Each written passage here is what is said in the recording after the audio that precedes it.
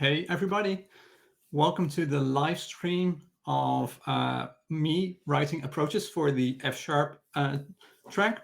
This is my very first live stream, so if you have any suggestions, if my screen resolution is too low or whatever, I need to up my font size, just let me know and I'll try and remember to check the comments on Twitch or on Riverside from Jonathan, who is gracefully helping me out to get everything up and running. And so I'm Erik. I work for Exercism. I am the head of open source.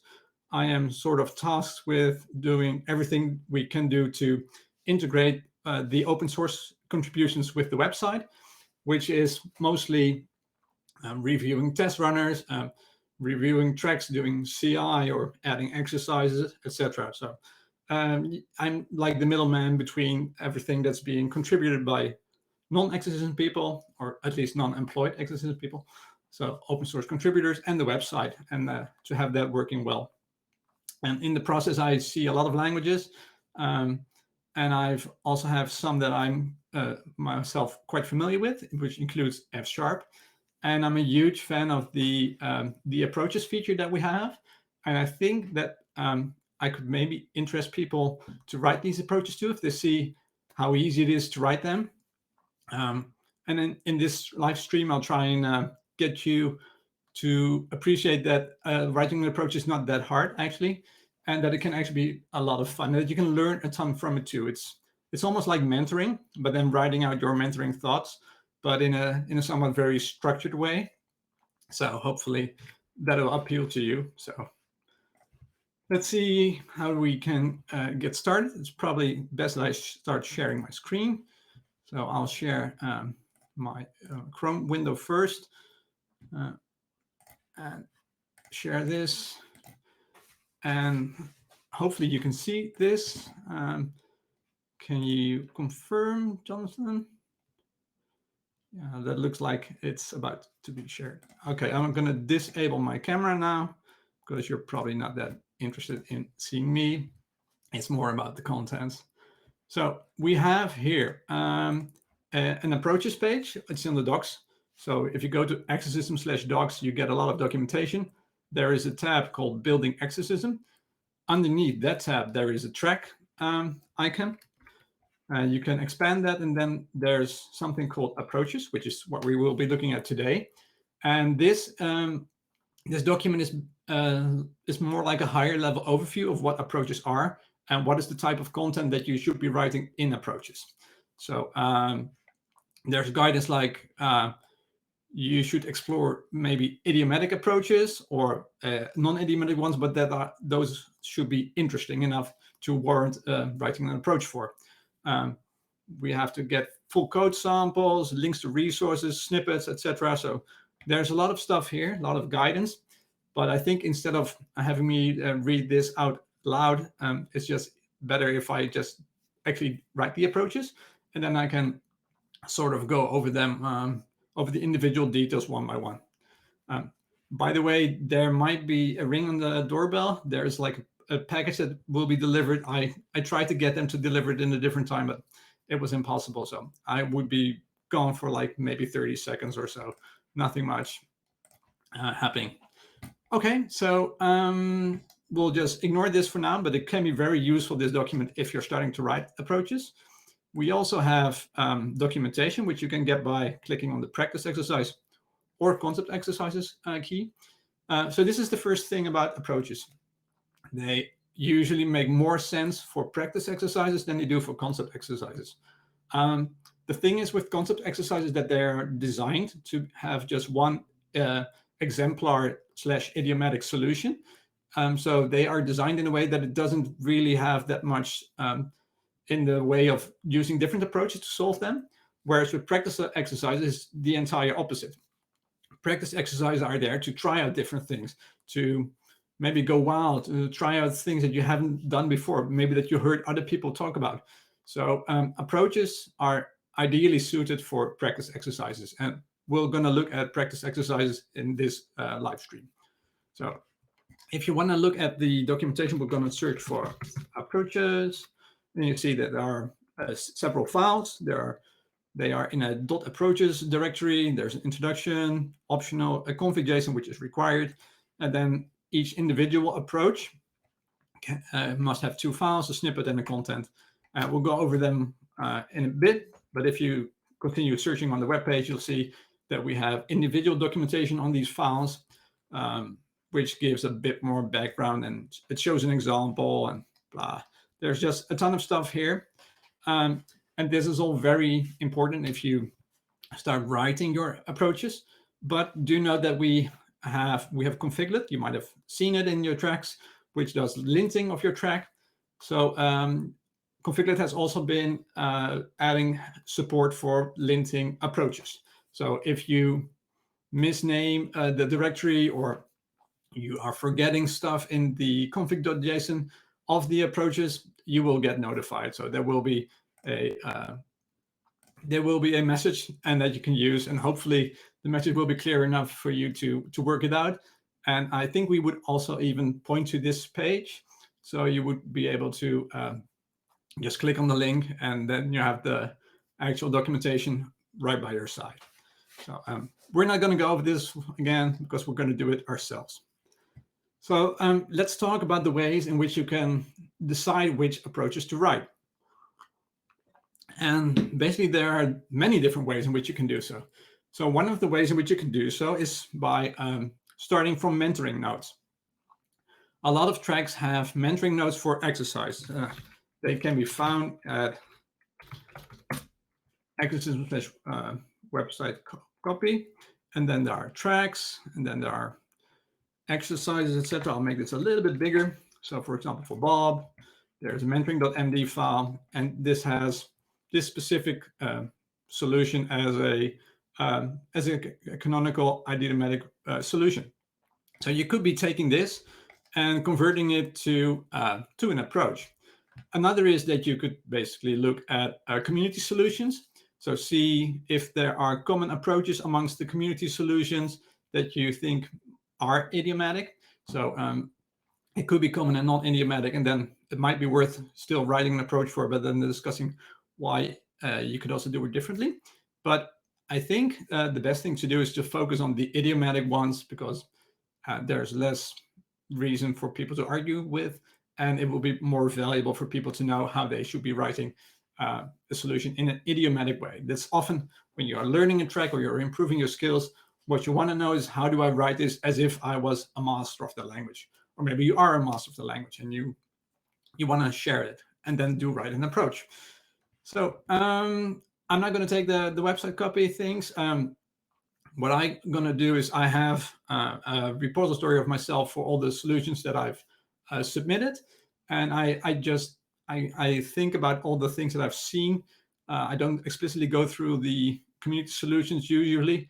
I check the mentoring notes, but mostly having done these exercises a ton of times and having reviewed them as a mentor, you just basically know what the idiomatic solutions are.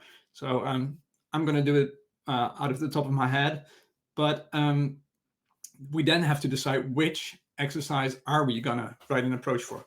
And what I've found is that it's with approaches, it's often easy to start with copying what's already there. So C# and F# are they have a similar platform. They both run on .NET runtime. So approaches written for C# solutions are in principle somewhat the same as F# solutions, because they probably have the same references to APIs, etc. But the actual code will be different. So you can go both ways. So what we could look at is which C# solutions do we have. So I am here in Visual Studio Code. Let me share Visual Studio Code. I need to switch the screen, stop this one, and start sharing the Visual Studio Code one. So hopefully you're now seeing this one. Yeah, that looks good. And so I am here in the C# repository, and I want to find out which approaches have already been written.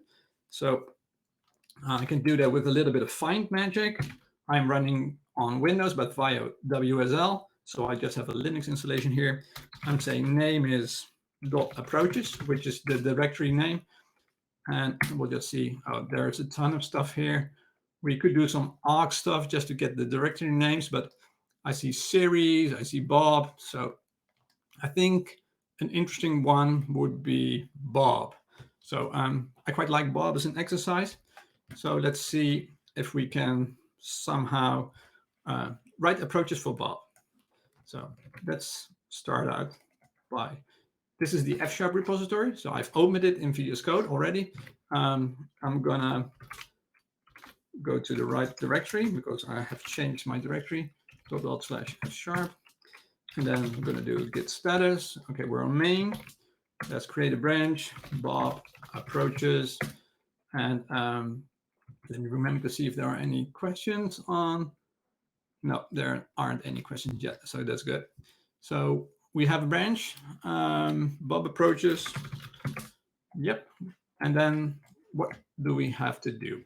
So we have to locate the exercise, of course. And then within the exercise, we create a new folder. And that folder is named .approaches. There is one required file in the .approaches directory, which is a config JSON. So we have to create a config, .json file. And there will be several fields here. So one of them is approaches, and one of them is introduction. So it's probably a good moment to explain what the difference is. And for that, I can probably best share my screen, a different screen again. So sorry about all the switching. Still getting used to this. Move to a different screen. We'll share my browser again. So, and let's see what we're going to the C# track, exercises, and we'll do Bob. And if we go to the Bob page, by the way, the page is loading somewhat slower for me because there's some admin-like functionality that's being run. But if you finish the exercise, if you did an iteration and you unlocked it, there's different ways in which you can do that. There will be a Dig Deeper tab, and you can click on that, and that will give you the whole of the approaches. So Dig Deeper is basically two things, approaches and articles. Articles are things that don't fit approaches well, but are still interesting to write about. So it could be performance or maybe some other things, but you probably mostly want to write approaches. So the Dig Deeper tab has a couple of sections. On the right side, we can see the individual approaches listed. There's one regular expressions, there's one answer array, switches, etc. So those are references to individual approaches page where we delve into the individual approach. So that just looks at the single approach. But the thing that we see here is called the introduction. And that's like more like a higher level overview of the approaches. So it has some general guidance. So these are things that would apply to any approach, basically. So for example, that if you want to check if the last character is a question mark, which you need for the question thingy in Bob, you use ends with. So that's a built-in method. Whereas you sometimes see people doing get me the latest character in the string via its length -1. That's not something that you do. General guidance is there to people. It just applies to every single solution that you should be writing. Well, at least almost. Oh, there's the bell, and I'll be in 30 seconds. I'll be back.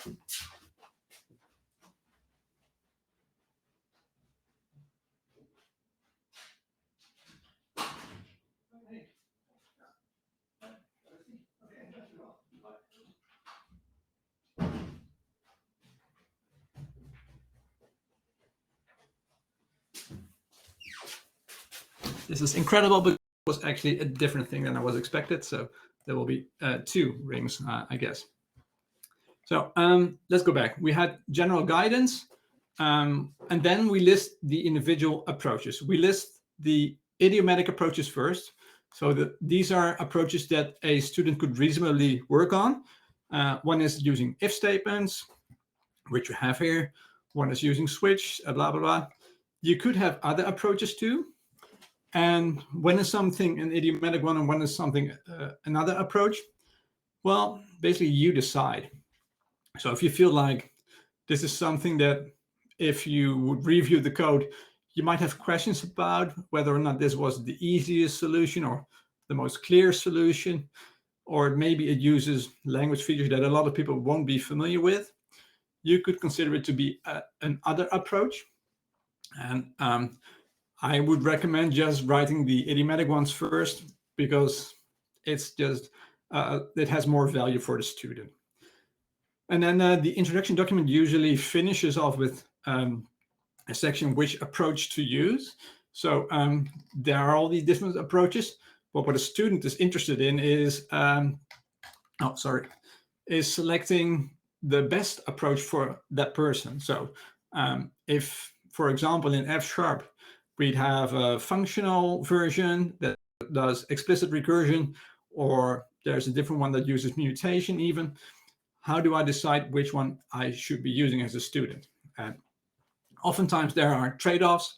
For example, the mutable version might be faster. So if you value performance, you would choose that one. And if you would value readability, then you would do another approach, etc. So that's what you will be putting here. In this particular case, an article has been written on performance. I'm going to go into articles today, but this is performance is often a thing that students ask about, and they're very keen on getting it right, but it may not be the most interesting thing. So what I would do is I would start just writing the approaches, and once you've basically done a lot of approaches, see if you maybe want to write about performance too of other things, but I wouldn't necessarily bother with them immediately. Getting the approaches written for the idiomatic solutions, that's the best thing that you can do for students. So let's try and do that. Okay, so we have all these files, etc. What we could do is, instead of this doing everything manually ourselves, I'm just going to be a little bit cheeky, and I'm going to open the C#. This, you probably can't see this because it's a different window. I might want to do it differently. I'm going to say, I'm going to open the C# repo and then check Bob. And then there's a approaches section. And then I do need to have a second window open just to copy this. So I'm going to copy all the data that's already there. And then we're going to look at it in more detail because it's just a bit easier to do it that way. So I could have also done this by looking at one of the existing F# approaches. So I would be doing approaches, and there are a lot of different things that have already been written. So there are different ways. The reason why I copied the approaches from the C# Bob exercise is because, well, I'm doing Bob too. So there's a lot of stuff already written in the C# version that I can reuse. You don't need to do this. So let's just get the actual files here. But this is something that you can do. So I would consider when you write an approach, if another track has already written about that approach. We don't have a canonical list yet, but I could easily get it for you if you ask me nicely. Or you could do it with a little bit of Git magic and search on GitHub, for example. So let's go into the config.json first.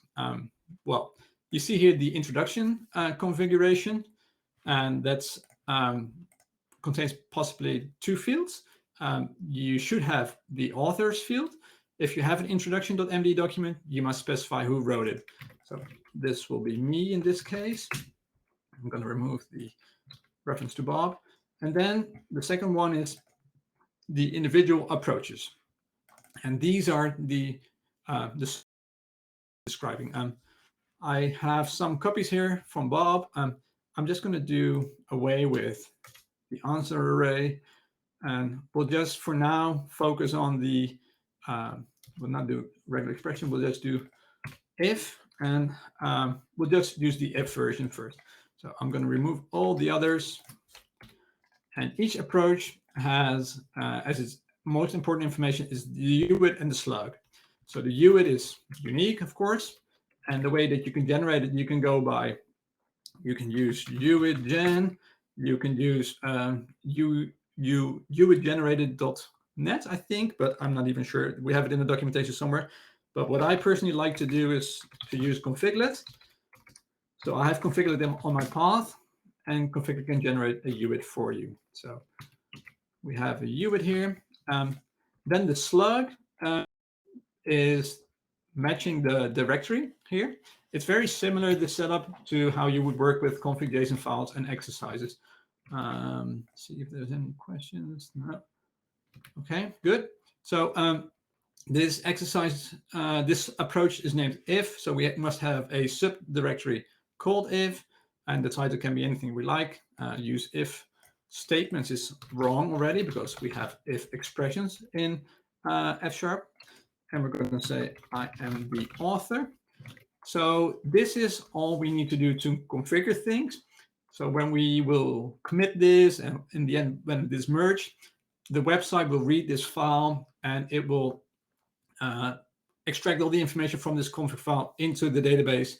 And this is what makes everything appear on the website. So the config.json is essential to getting everything working on the website.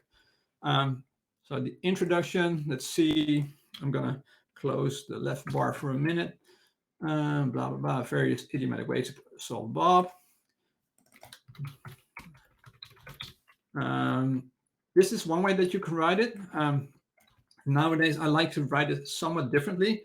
And that the introduction is the key to this exercise is to handle strings, or maybe to look at patterns in a string. I'm going to quote that. So maybe we mention as a start what the exercise is really trying to teach you. For Bob, it is looking for patterns in a string. So that's it, basically. I don't need to get into more detail. I like this general guidance bit. General guidance, I think this is, maybe I do it. Here are some things to consider. Okay, links to trim, links to ends with. Drying up the logic is one thing that I often see not being done to Bob, where people would have a shout and a question method, and then the logic will be duplicated for the shouted question. So yeah, just make it dry. I don't like this because that's not actual F#. Okay, this is all C# specific, and you can see here that just by copying things from the C# version, we already get a lot of this stuff for free. So it's if expressions, and we're gonna update it in a bit. We're gonna get rid of all the things that we don't want. So hopefully this is the actual thing that I will be handling. Sorry.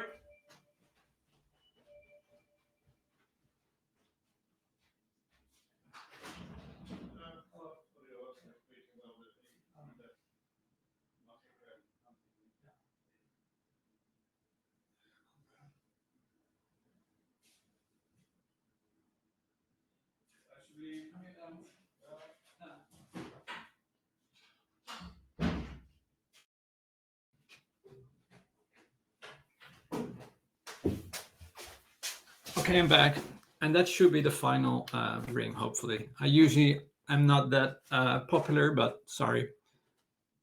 You can't see what I'm typing. Okay.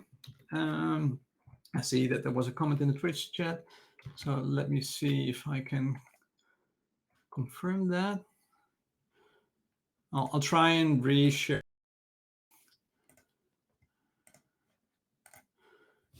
Is this visible?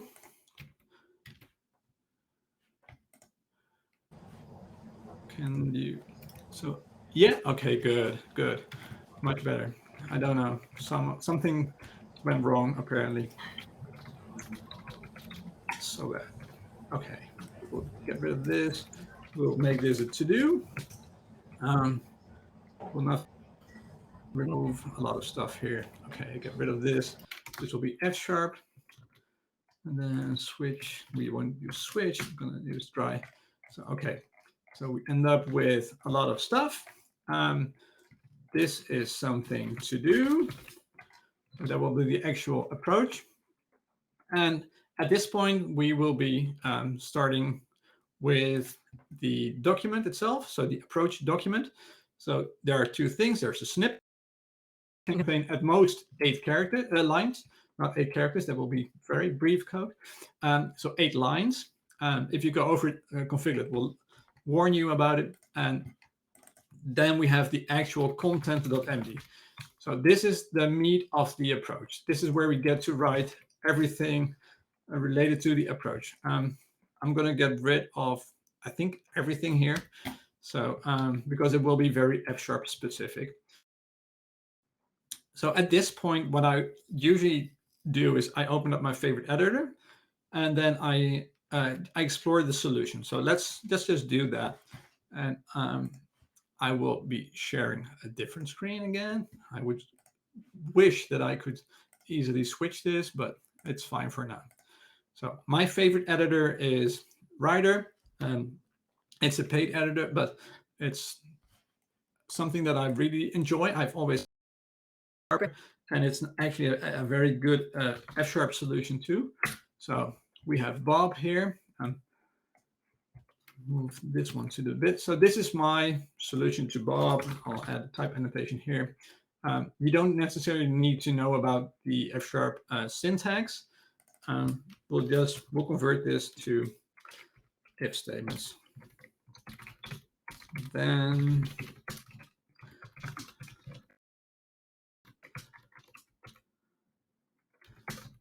elif, sorry, I'm messing up my language. Did I miss it then? I did miss it then. Elif is question, then else whatever. Okay, so let's open the left bar, move to the test. Always, when writing the approaches, verify that your code passes all the tests. That's absolutely key, because we don't want to teach students an approach that doesn't even pass the test. So this is looking good. One thing that I've noticed that I could do is, instead of doing the check if the character is a letter, we're going to do phrase dot to lower. We're not going to do invariant. We'll just make it very simple to the student. Run the test again. So this is just a bit of simplification. So I checked out some of the solutions. And then there's a lot of stuff that we need to decide on how we want to show the solution to the student. So I've used internal bindings. So do I want that? Do I want to extract these to functions? There's a lot of different options. So doing something that could be done in different ways. What I find is often helpful is to explain in the approach why you are doing it that way. So I would be saying, maybe this is something that you want to do because it uses everything that's in the phrase. It's local. This is not something that you reuse in other bits of the code. So its only purpose is there to calculate the end result. So I would define it here. Then there's stuff about format. So think about what would make it easier for the student to read the code. I think if I would move everything to a separate line, this is easier for a student to understand, because they might be used to it like this. And I found that if you have everything, the else statement and the actual thing that you return, the expression, on the same line, it's harder to read. So an approach is basically, for when you write it yourself, all these different things that you will be going over if you were mentoring a solution. So what is the best way to teach this to a student? So there is probably not a right or wrong way. There could be arguments either way for the if and the single line thing.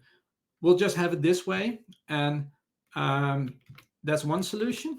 So let's move back to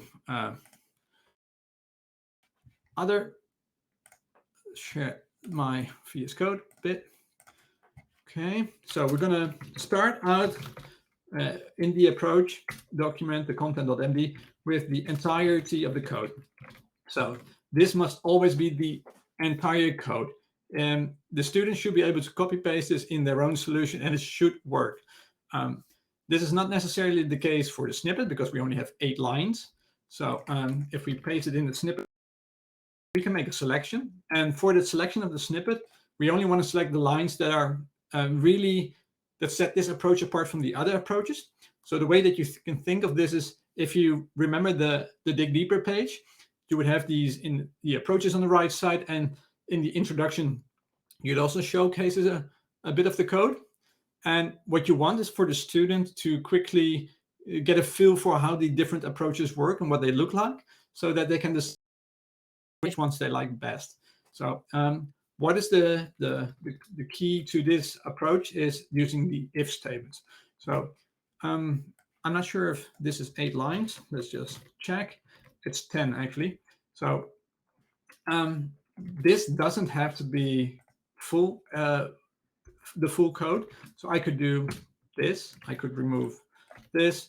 Maybe I'll just do it like this. And I think if the student would see this, they would know, oh, this is whoops, sorry, if, else if statement thingy. So this is like the key to this approach. Let me see if there are any questions. No, good, good. So we have the snippet, we've got it covered. We don't need to come back to this. We have our initial code. So then what you would do is we would explain how to do this. So we start out with a function named response that takes a string as its sole parameter and returns a string. So it's always good to be very explicit about things. I could have omitted this return type, so because every type inference and it will be able to detect that we would be returning a string. But I find that, so think of this as a student. Somebody that would read this solution might not be very familiar with F#. It might be their second or third exercise that they've worked on. And I think the majority of people are probably more familiar with having explicit types here.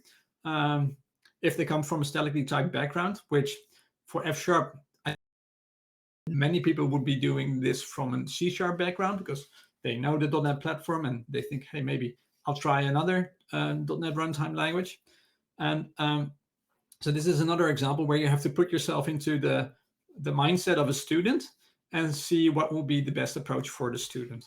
So that's why I'm being explicit here. Okay, there are 3, right, there are 2, 3, there are basically 5 different responses. So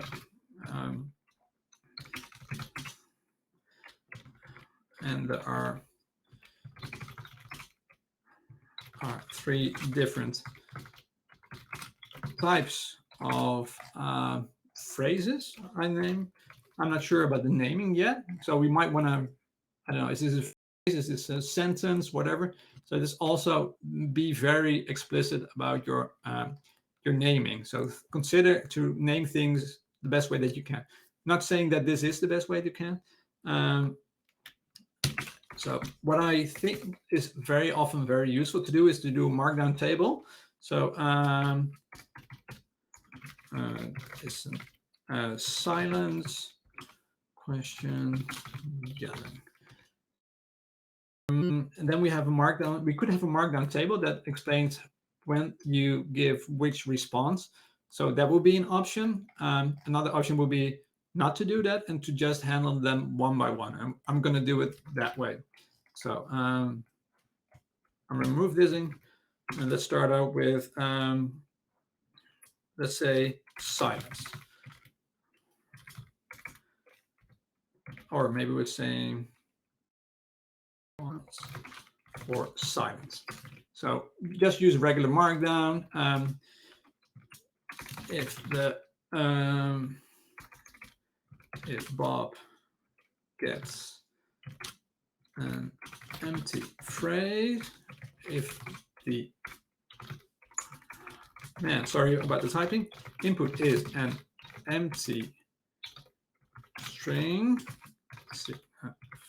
find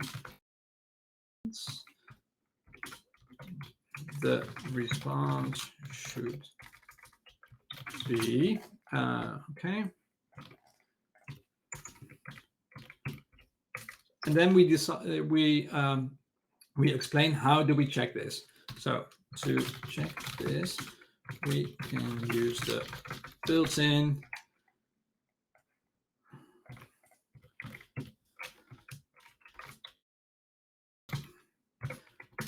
I'll just put this little bit of code here. And then very important to approaches, I feel, is that we have hyperlinks. So let me get the string is null or white space. Okay, I've just in the meantime, I Googled it, so you couldn't see it, but so we're going to say string dot is null or white space, and then have it be to that link.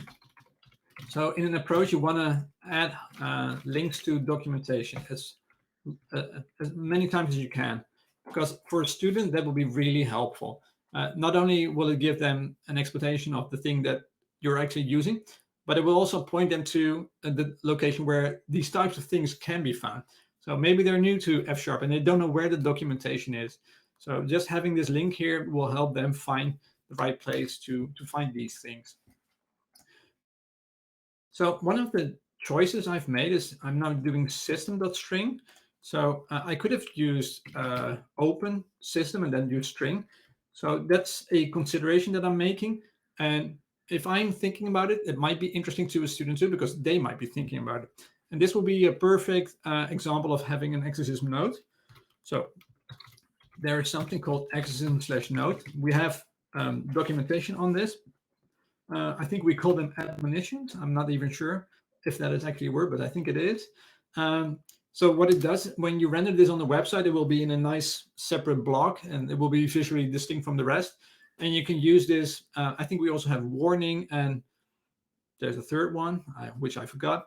But you can use this to make something stand out a bit from the rest, so that students know, hey, this is something that's related to the stuff that we are talking about, but it is separate. So we for using system.string, but another option would be to open the system namespace, and then we could do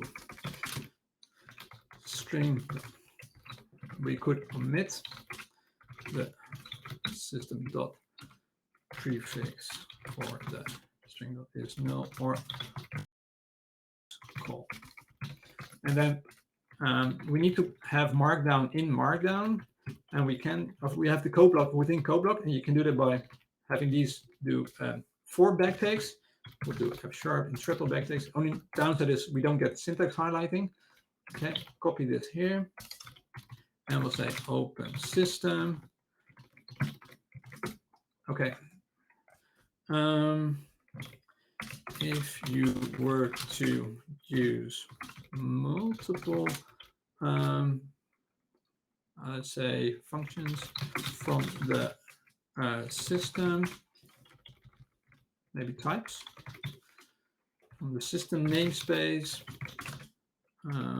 we recommend using the above approach, where the namespace is explicitly open.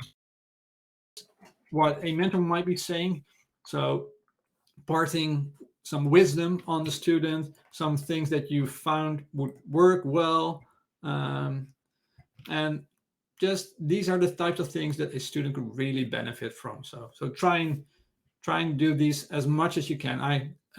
You can't almost have too many notes, of course you can, but if you don't have to be very careful about these. So now we have this little bit. So for the student, we're in the mindset of handling the silent response. So what makes the most sense would be to have us be using that value.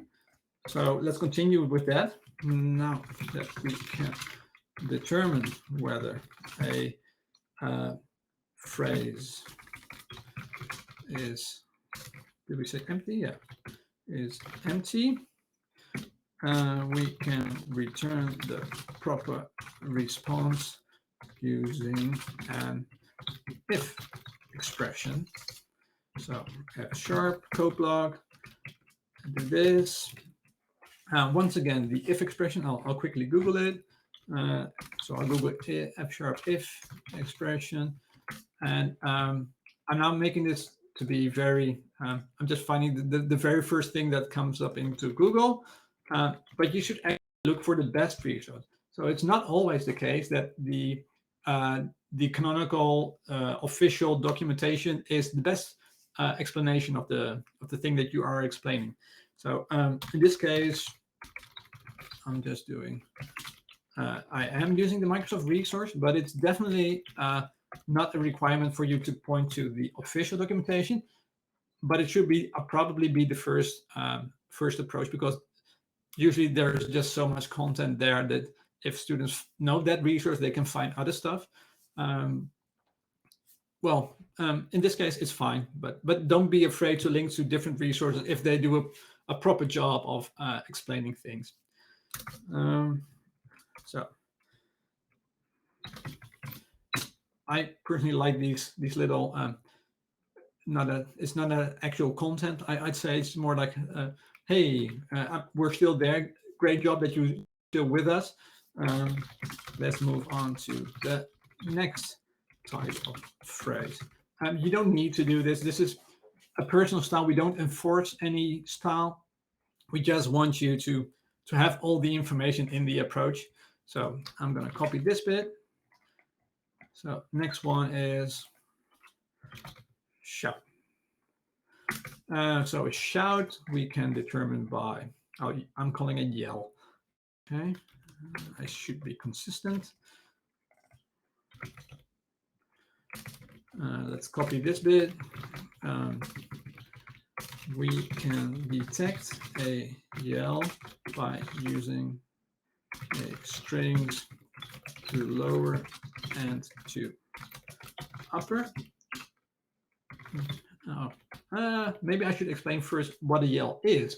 So students will have worked on the exercise, so they will probably know, but it can also be that that they would come at it later. So they might have done Bob half a year ago, maybe 2 years ago, and now there suddenly is an approach. We don't yet really sell it in the UI as much as we could. We probably will do that at some point. So just take note that students might not remember what's actually being done. So they might not be viewing the deeper approaches just after they finish the exercise. So always give a lot of background. Did I do that here? Oh yeah, I did. If the input contains all uppercase, if the input's letters are all in uppercase, and there is at least one uppercase letter, oh, at least one letter, then that's the same, then the phrase is considered to be a yell. Okay, so that's a very short summary. I saw one question, by the way. Would opening a namespace affect bundle size? No, that's just a compiler thingy. So it just makes sure that everything that's in the system namespace, that you can use it without putting the system dot before it, and it doesn't influence anything apart from that. So great to see that there are more people watching. So we have here a summary of what we need to do. For that, we can check if calling to upper on the phrase doesn't introduce any changes, which means that every letter was already in uppercase. However, that it could be that there weren't any letters. So to handle that, we can use to lower and see if that is not equal to the phrase. So, I am trying to be fairly quick about it because you don't want to see me writing all the thingies here. Maybe I could explain this a little bit better. With an approach, it's often best to just write things out and then go over it a couple of times. Maybe I would recommend at least once to see if there's stuff that you can cut down on, or maybe that needs a little bit more explaining. It's up to you, basically. So let's just handle this. And the correct response can be returned via, okay, indentation is always key. And we need to do the question, response for question. And I'm basically just gonna skip this. I'm gonna do to do because it's not that interesting for you. Response for yelled question. And here I would definitely be mentioning that this is where you dry up your code. So I would be mentioning that we, due to the fact that we have separate is yell and is question bindings, checking for a yell question is as simple as let's rephrase slightly. So I'm basically just putting everything out here. Just it's like a brain dump. So if you don't care for that, sorry. Let me see. As we have defined, maybe I'll just keep it like that. It's as simple as let's just be easy with it. Let's do this. So we're here. F sharp. So you can see that our logic is dry, which helps us quickly write respond, implement the logic for yell questions. So maybe this is too explicit, maybe it's not. I could also see this being exercism/node due to logic being very composable, maybe. I'd say let's not go into this, but I would explain why our separate is yell and is question bindings are helpful. So maybe make a note for that. So finally, there will be like other default response to do. So I'm not going to bother with that. And then what I always like to do in the end is have a section putting it all together. So this is not a very long document. They can definitely be longer, but I find it nice for the student if they can see the code the most important bits of the code at once at the end.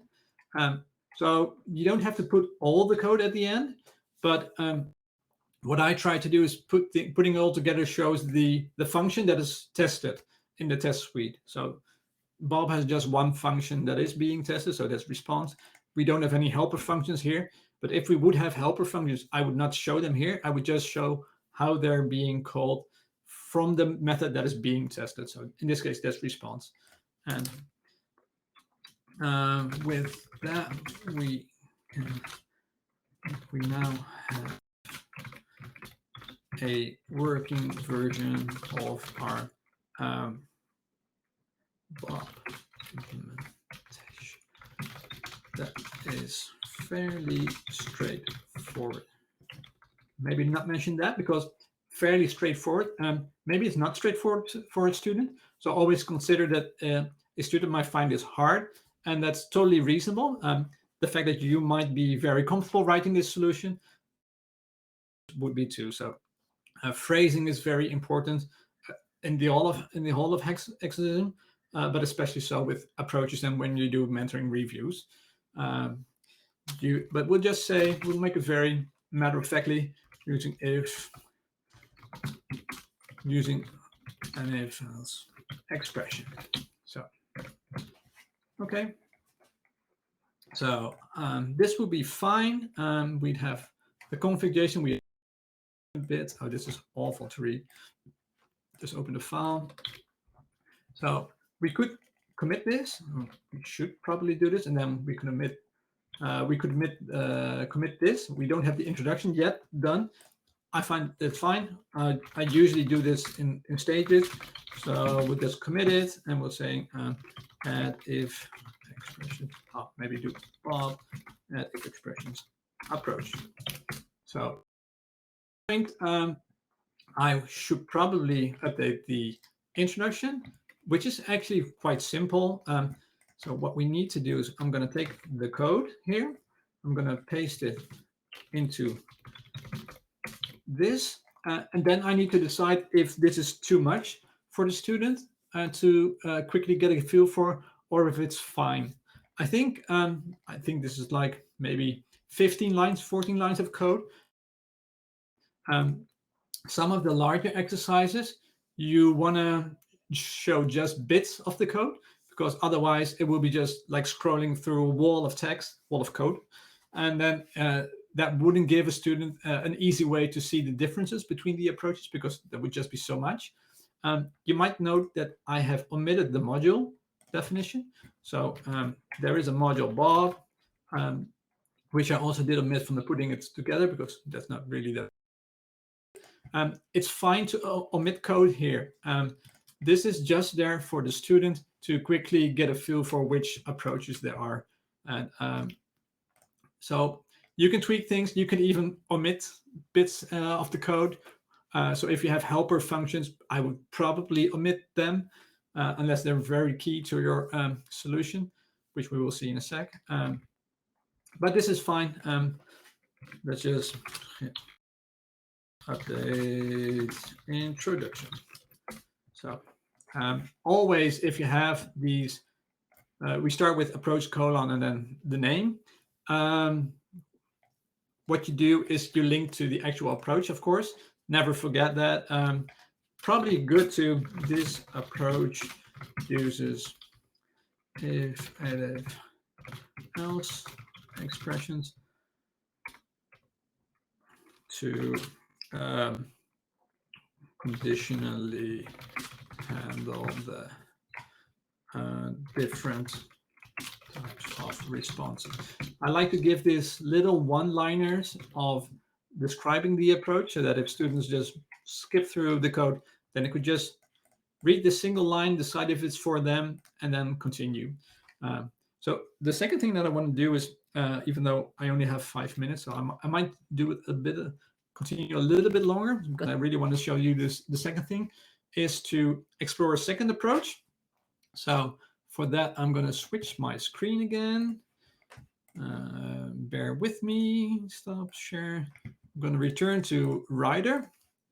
So I have Bob, and this is where I usually find the fun in approaches comes. So trying to think of different ways in which you can solve this. So, and then see if that is well. And you can look at other people's solutions, or you can just try and come up with them yourselves. Depends on what you're comfortable with. You can, as I said, you can look at the mentoring notes. So one thing that you could do in F# is active patterns. So if you are writing approaches, if you have a feature in your language that is really unique, or at least it's very special and is not commonly used in other languages, I would highly recommend you if those features could work for a different approach.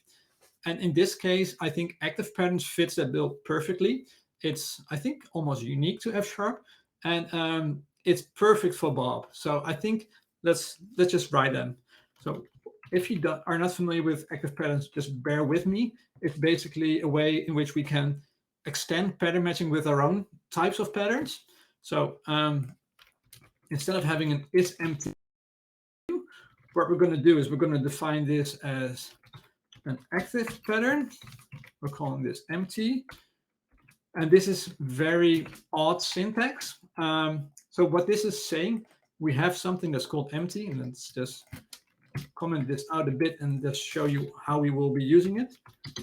We can use this by using pattern matching on the string. So match phrase with, and then what we can say is we can actually say,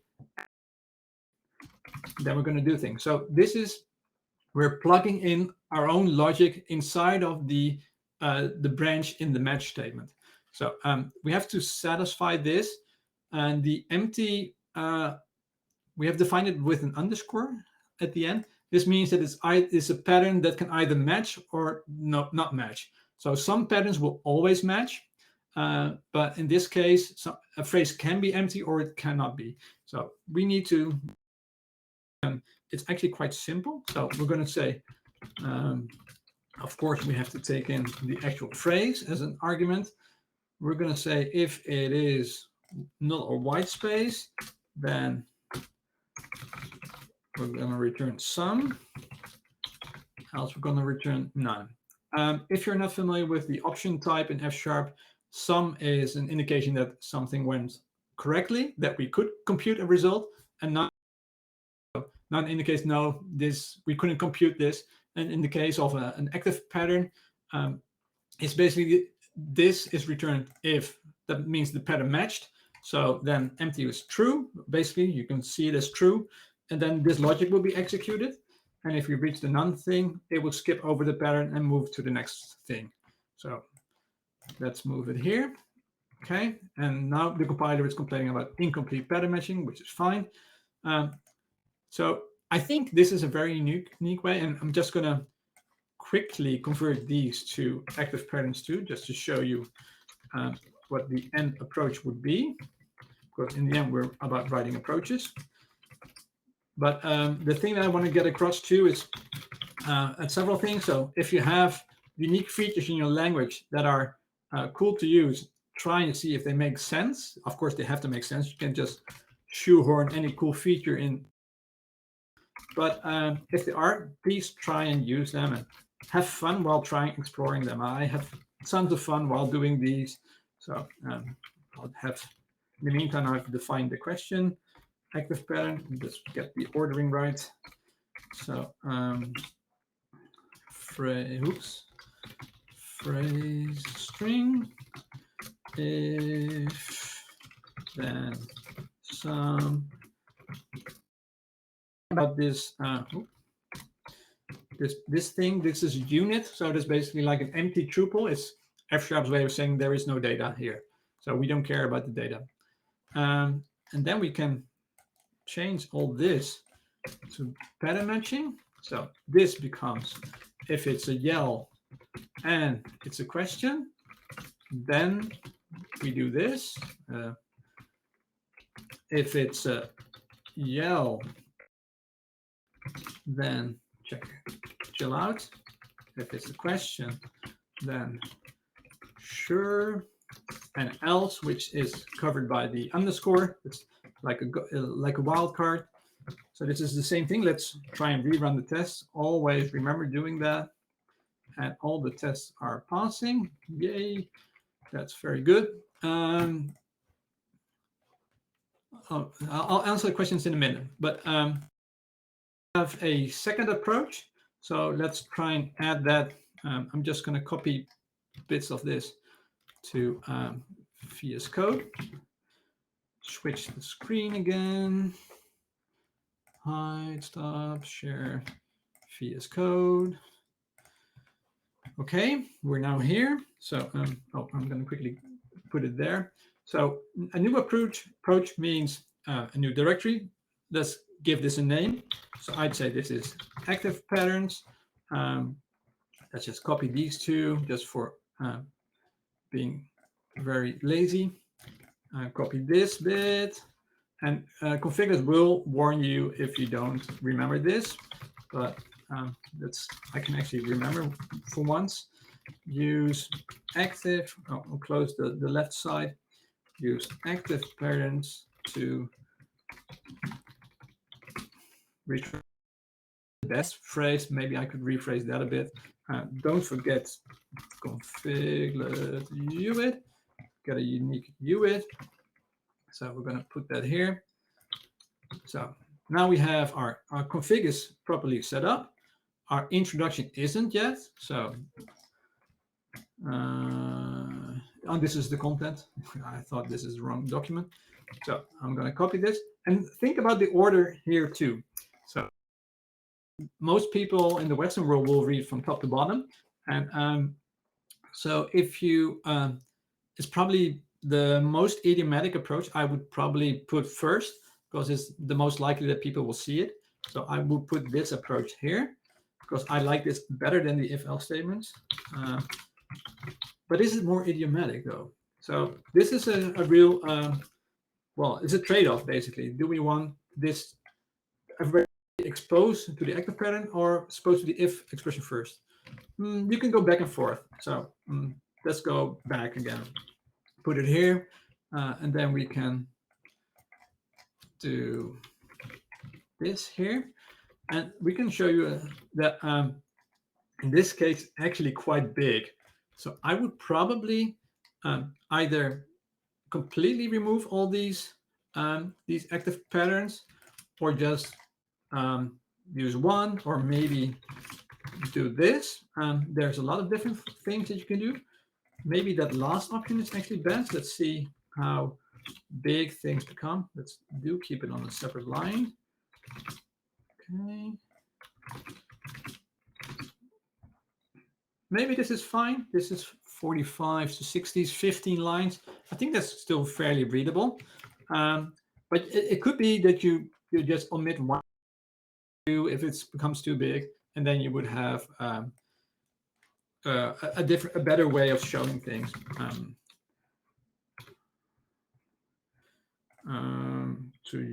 To define custom patterns for, or maybe it's just the same, to handle different types of responses.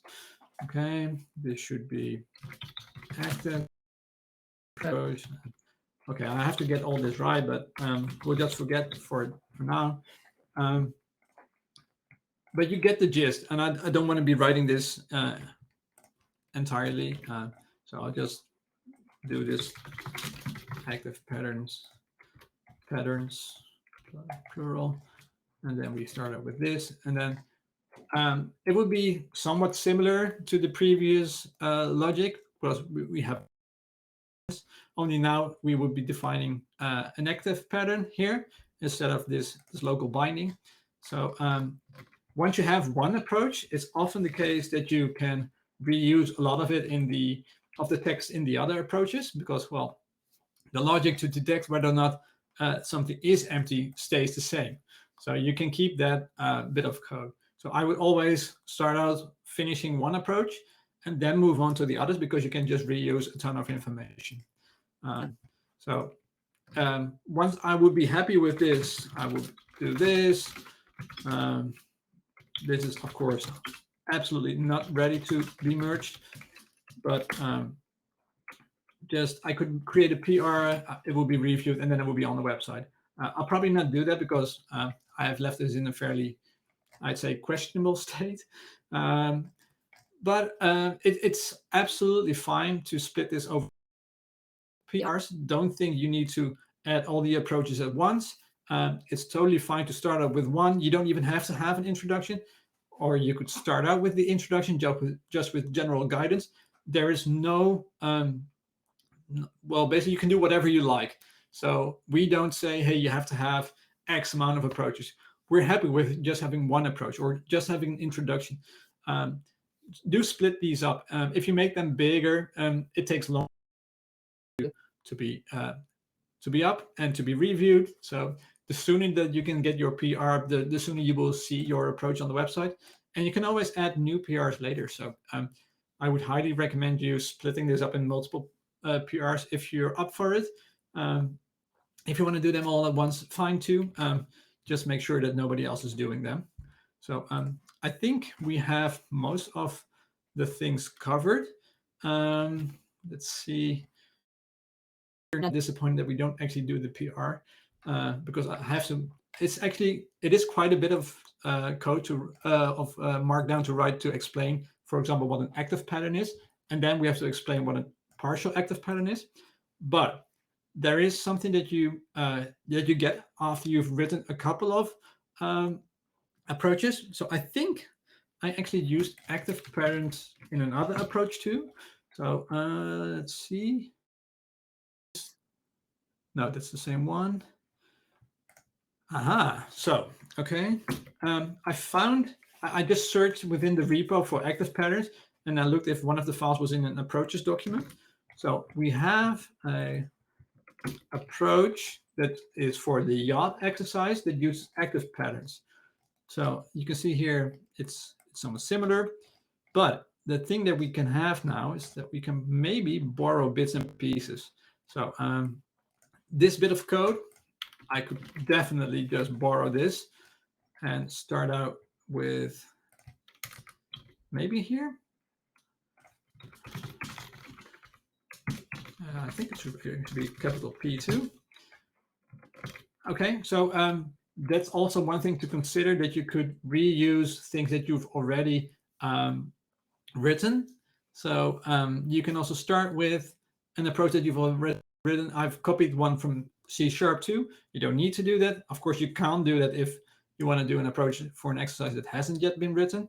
But even if the approach has been written for a completely different language that might not even be that related, I would highly recommend you to see if you can learn from it, because there are many different ways in which an exercise can be solved, but a lot of them can be solved in different languages too. So it's not necessarily unique.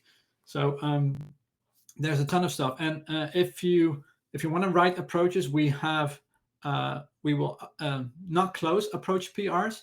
So we are actually encouraging people to write these approaches. If you've seen any of the PRs being closed or the issues being closed due to us temporarily doing that, that won't be the case with approaches. And if it is, then do ping me, because then I've made a mistake. But these should be just fine. And if you want to write approaches and you're still, feel free to ping me on GitHub, on the forum. So I would highly recommend you to do so. But one of the things I would like to get across is that I really like, I'm just going to stop sharing my screen and put back on my cam on. Hope this isn't too abrupt. But I would highly recommend you writing these approaches to learn things yourself. So I've learned a ton from writing these approaches, because it's not only that you have a solution that solves an exercise or that it's idiomatic, but also how do you explain it to a student? And what are the things that you can do to your code to make it best to explain to a student? And we're not going to nitpick everything when you do a review. We can tweak things later. I've done tweaks to my approaches often. So don't worry about trying to get it perfect. Just having an approach there that is imperfect, or maybe only there's one, is absolutely a huge improvement over not having the approach at all. So don't feel afraid to write these approaches. I'm a little over my time, so I'm very pleased that you're still with me, and sorry about being too late. I have time for some questions. Let me see. So one question that I see is, would a concept still be covered, although it may not be idiomatic for the specific language? And the answer is, of course, like everything I see, it depends. If the approach is interesting enough, I would do it. Let me actually show you an example. So let's open Chrome. And let's go to, I think it's protein translation. Translation, and go to the Dig Deeper page. Wait for a little bit. Okay, close some tabs. So I have some approaches here. These are all idiomatic. And then with protein translation, you have to work on strings. And one of the things that you can do to improve performance when you're working with strings is to use the span of t type. It's still fairly new. It's very, very targeted to a performance solution. So it's there basically to improve performance, and it's been used inside the .NET framework and ASP.NET, etc. But you can also use it for protein translation. So I think the span of t approach is interesting enough and could be used in certain situations for a student. So if a student thinks that they would do something like this and they would have huge proteins or RNA strings, which I think is actually quite a reasonable thing to do, and then you could do this approach. And I think like the span of t, which is definitely not idiomatic. I wouldn't expect any student to be writing this, but it's still interesting enough for students that they can learn a lot about it. And it's not, if you would see this code, you would not be like, oh, this is absolutely bonkers. I would never, ever use this. There's definitely a use case for this. I think just go ahead and write it. And of course, as the span is targeted to performance, I took the time to write an article. And most of the things that I told you about approaches, all the config JSON bits, etc., are fairly similar for articles. So I have written a benchmark.net thingy. I actually include links to the source code so that people can try it out themselves locally too. And I have a little bit of markdown that you get as a result of the benchmark.net. And then you can see that, for example, the span is allocating very few memory. So I haven't done it here, but I could definitely add a note here that says, if you reduce your allocations, you probably improve your performance. So you could teach students about that. If you have very wild non-idiomatic solutions that are just, I don't know, maybe do branchless coding or something like that, and then show you how that is optimal for the compiler. I don't know, for the runtime actually, so that you have very optimal code in the way that it runs. Just add it. It's fine. I think it's very cool to write these approaches, and you, as long as you can reasonably see somebody writing the approach, I think it's fine. Just don't be hard coding everything, for example. So that will be like not the optimal approach, I think, and not something that we want to teach students. But if you could see a student learning from it, I think it will be fine. Let's see, if else versus pattern matching. That's absolutely an option. You could have a third option, actually the one that I had in the beginning, which uses pattern matching. I went for the if version because I thought it was maybe easier to explain. So I would probably add a pattern matching version here too that doesn't use active patterns. So it's basically a combination of the pattern matching used in the active patterns and the individual bindings I used in the if statements. So yeah, it's absolutely totally valid. So I don't know if anybody has any other questions. I hope this has been useful. Stop sharing again. And if nobody has any questions, I hope I will be seeing some pings sooner than later for you having our writing approaches too.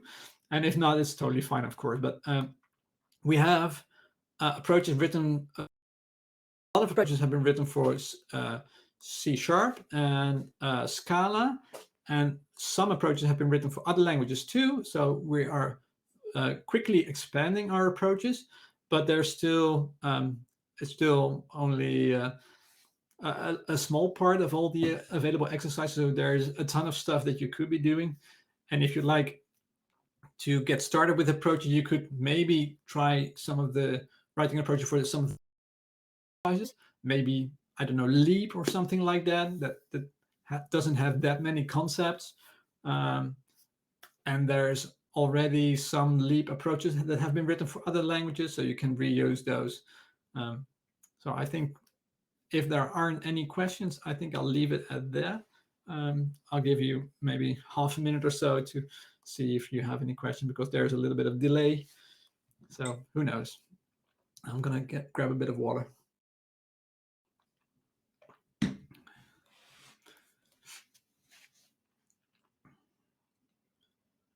And if you're interested in these F# approaches, I'm probably also doing some videos that will be on the website where people where I will be explaining the approaches that I've written in the approaches document, but then through a video. So I probably will just do a, but there might be others. Who knows? When I find the time, I'm now fully on board with being on the camera. So when will I be streaming next? Who knows? I'm not sure. I'm not sure what I will be doing, but maybe I will be doing some approaches, but then looking at it from instead of just exploring them. So going over an F# exercise and seeing how you can solve it in different ways, maybe a C# exercise, maybe a different language. And if people have requests for things that they would like me to stream, then I'm all ears too. So let me know, and you can let me know on the forum or on GitHub or wherever you find me. So I'm all over the place now, so you probably to get a handle of, I think. Yeah, thanks, Jeremy, for the link to the forum. So I think that's it. So thank you all for watching. It has been a pleasure to show you the beauty of approaches and how much fun you can have writing approaches, and that it can be a great learning experience for you too. And I hope you all have a great day, and see you next time. Bye.